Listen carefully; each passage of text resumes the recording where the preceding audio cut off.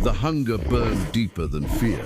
Naru's trembling fingers clutched a stone blade as unseen shadows stalked the tall yellow grass tonight. Either the clan would eat, or tomorrow's sun would rise in silence. For every dawn on this savanna brought a question of life or death. Naru, barely 17 reigns old, awakened to her mother's anxious glance as the wind whispered of distant predators. Her stomach ached, hollow echo of another lost night, and her mind replayed the memory of the uncle who never returned from the river's edge. They called this hunger the old ghost, haunting every meal, every choice. But there was something else. This morning, Naru noticed a trail of broken reeds, tracks too fresh to ignore. She signaled her brother, her heart racing, each breath tight in her chest. What Naru didn't know was that everything about her life would change before sunset. But just as hope flickered in her eyes, a distant roar shattered the silence. The elders gathered quietly, planning the day's search for food. Each person's task was a matter of survival. A child would seek berries, a youth would look for eggs under the acacia trees, and the strongest hunters sharpened stones for the chase. Naru had proven she was quick. Her observations often saved the group from poisonous berries or venomous snakes. But today, no one could predict what lay ahead. The sky was already hot as the clan moved out. Naru's hands trembled on her digging stick as she searched for tubers in the sandy soil. Her hunger felt like a living thing, demanding, relentless. Yet as she worked, the wind shifted, and suddenly the sharp scent of blood lingered in the air. She looked up, eyes wide, not just with fear, but a desperate, gnawing curiosity. What had left its mark here, so close to camp? Naru's heart pounded, but she stepped forward, knowing this could mean either food for the clan or the return of the old ghost. The sun climbed high, relentless and bright, while Naru's clan scattered across the plain, each gripping a simple tool, a digging stick, a battered stone, a freshly sharpened spear. Naru swept her gaze over the landscape, dry riverbeds, clusters of thorny bushes, distant dark shapes teasing hope and danger. She crouched, fingers sifting through sand and tangled roots, searching for tubers with rough brown skins. The old stories whispered that these hidden treasures could save a life or end one. Naru bit her lip and tested a chunk against the tip of her tongue, shuddering at the bitter warning. A single mistake could poison the clan. But just then, the wind shifted. A sharp, sickly sweet scent drifted by, promising something more than roots, something living. But the real shock came an instant later, as the ground vibrated faintly beneath her toes. Her brother waved from a distance, pointing toward a cluster of berry bushes. They worked together, hearts thumping, eyes always scanning for movement in the grass, predators or prey, one heartbeat apart. A crash sounded across the savanna. Elder Tama's spear clattered onto a sun-baked stone. Naru's pulse quickened. Was that a blessing or a warning? They approached carefully, each step measured. Beneath a thorn bush, something moved. Tiny, frightened eyes reflected sunlight. It was only a rabbit, trembling, fur dirty and limp. Hunger outweighed sympathy. Naru grasped the stone, muscles tense. Suspense, empathy, urgency. But nothing here was guaranteed. Naru hesitated. The risk of scaring off even the smallest meal could mean another night facing the old ghost. She made her choice. An instant later, everyone held their breath. As her stone struck, a sudden screech pierced the air, and from the hill behind, a long shadow stretched across the ground. Naru turned, heart freezing. What she saw next would change the fate of the hunt. The screech shattered the quiet. A hawk swooped and vanished, forcing Naru to freeze, breath caught in her throat. Seconds later, silence lured them forward once again. But then, from dense reeds, a different set of eyes gleamed, closer, wider, hungrier. A lioness, muscles rippling, stalked low along the grass. Naru's clan rushed for weapons. desperate blows echoing through the dust. Tama shouted orders. The children backed away, clutching each other as the predator circled. Naru felt her heart race, hot terror fighting stubborn resolve. Her stone blade, sharp but primitive, seemed almost too small, but tonight courage was the only tool they could trust. But just as they braced for attack, something altered the balance. A distant crack, sparks of light, and the scent of burning grass. Naru remembered the stories. Fire could drive fear into even the deadliest beast. She snatched dry sticks, striking stone, sparks flying, breath shallow as the battle line drew closer. Pain, sweat, hope, each face lit by flickering flames. The lioness hesitated, tail lashing unsure. Around her, fire roared defiance, a wall between predator and prey. Would the clan survive, or would this night add another name to the old ghost's list? Just as the flames seemed enough, a roar echoed through darkness, this time not from one but 3 lions. Naru gripped Tama's hand. All hope rode on the strength of their new fragile wall of light. Naru's hands trembled as she shielded the precious flame from the wind. Around her, the lioness and her pride melted into the darkness, defeated for now by the wild magic of fire. A hush fell over the clan. Every eye reflected relief, awe, and exhaustion. The first sparks of dawn found them huddled together, smoke curling from a circle of scavenged wood. Hunger still gnawed, but now hope tasted stronger. Naru watched as Tama sliced meat from the carcass left behind.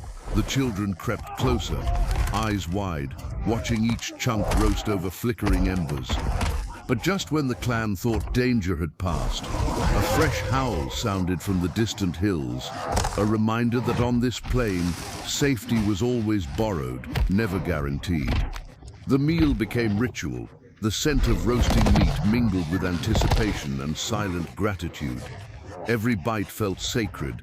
The warmth filled empty bellies, hearts, and memories. Conversation was sparse at first.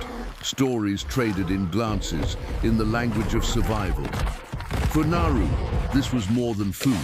It was proof of ingenuity, a bravura that split the night and changed destiny. She noticed Tama sharing the best pieces with the wounded child, a gesture of silent leadership and hidden pain. Would generosity bring strength, or so quiet rivalry in the days ahead? As firelight faded and the clan drifted to sleep, Naru remained awake, tracking the shadows beyond the circle. At dawn, she spotted movement, a lone stranger, hunched and alert, stepping into the edge of their world. As the stranger stepped closer, every gaze in the clan sharpened with suspicion and hope. Naru moved between her kin and the visitor, her body tense, remembering the stories her elders whispered about outsiders, sometimes allies, sometimes thieves. The newcomer's hands were empty, his eyes darting from food to faces. Tama greeted him in cautious silence. Ritual demanded both hospitality and wariness. A simple gesture, a piece of roasted meat offered, accepted, became a silent contract between them. Around the fire, bonds grew stronger. New stories flickered in the shadows, and old rifts reappeared. Naru watched the wounded child, grateful yet withdrawn, nursing pain that lingered after the hunt. Rivalries quietly simmered. Who brought the most food? Who claimed the best sleeping spot? Who earned trust in the new stranger's eyes? But just as the clan lulled itself with small comforts, a whispered quarrel rose. The stranger confessed a secret. He'd fled an attack by another band. Suddenly, Naru's clan understood. There were more dangers than just wild beasts lurking on the Savanna. Empathy and mystery ran deep. Naru lay awake, heart pounding, wondering about the stranger's lost family, the secrets carved in his silence.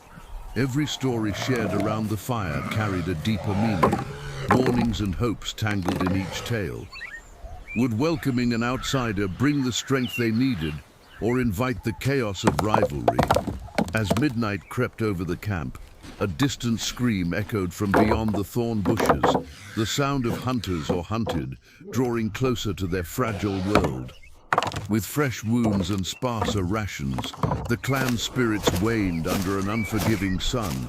Naru, drawn by necessity, spent restless hours testing berries, prodding roots, studying the meandering footprints of antelope and elephant, both threat and opportunity combined. Hunger was a relentless teacher, and even water, scarce and muddy, became a treasure. She remembered her grandmother's lessons. Look for water where roots grew thickest. Follow animal trails. Dig for moisture near the river's bend. Each droplet they found was celebrated, boiled by the fire, keenly guarded from parasites and predators. The old ghost hunger pushed Naru further, making every failure feel heavier than the last. But then, in a moment of desperation, Naru glimpsed something extraordinary, a shard of bone, worn smooth by time, perfect for scraping and digging. The clan gathered, watching as Naru fashioned the fragment into a simple tool. Pride flickered in their eyes, a sign that innovation could bend even the harshest fate. The mood shifted. Stories traded quietly about times when a new tool had changed everything before. Empathy and tension wove together as another child fell ill from berries misidentified. Naru, shaken, risked her own health to taste test uncertain foods, desperate to protect the family.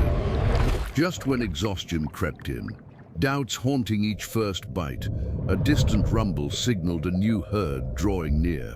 Survival demanded speed, cooperation, and ingenuity. As the night fell, the air vibrated with the thunder of hooves. Naru faced her toughest choice: join the elder hunters on a dangerous chase, or stay and guard the wounded, risking the group's future. Night lingered with tension. Naru, torn between the hunt and her duty to the wounded, chose to remain, her decision echoing with risk and silent determination. The elders raced after the migrating herd, spears glinting in pale moonlight, while Naru tended wounds, whispered encouragement, and guarded the fragile circle of sleepers. Each hour brought new anxiety, distant roars, shifting shadows, the possibility of rival bands challenging for territory. In this world, survival was never guaranteed. Competition for resources often blurred the line between community and conflict. Naru wondered about those unseen others, bands wandering the Savanna, always hungry, sometimes desperate enough for violence. But as dawn crept over the plain, the real test arrived. The hunters staggered back, one gravely injured, but clutching a prize. Their return was both triumph and tragedy. The feast would buy precious time, but the cost was high. Naru prepared the meal, firelight flickering over exhausted, grateful faces. The clan ate in silence, mourning loss, yet celebrating resilience. Their home felt fragile. Every laugh, every wound carried the story of who they were becoming. She remembered her own fears, loss, hunger, the burden of each decision. But as she gazed across the Savanna, Naru found hope not in food or fire, but in unity. Even in the darkest moments, the ties between people, care, cooperation, sacrifice, were the secrets of survival. Empathy and tension built as Naru watched the wounded child sleep peacefully, pampered by the stranger whose loyalty had been forged in shared struggle. Naru knew the world outside was dangerous, but inside this fragile bubble, humanity's promise endured. Just as peace settled, a sharp alarm echoed from the perimeter. A group of strangers approached, uncertain, silent, signaling possibility or new danger. Naru stood first, heart pounding, ready for whatever came next. The true challenge of survival was not just in fighting hunger, but facing every dawn with courage, hope, and an open hand.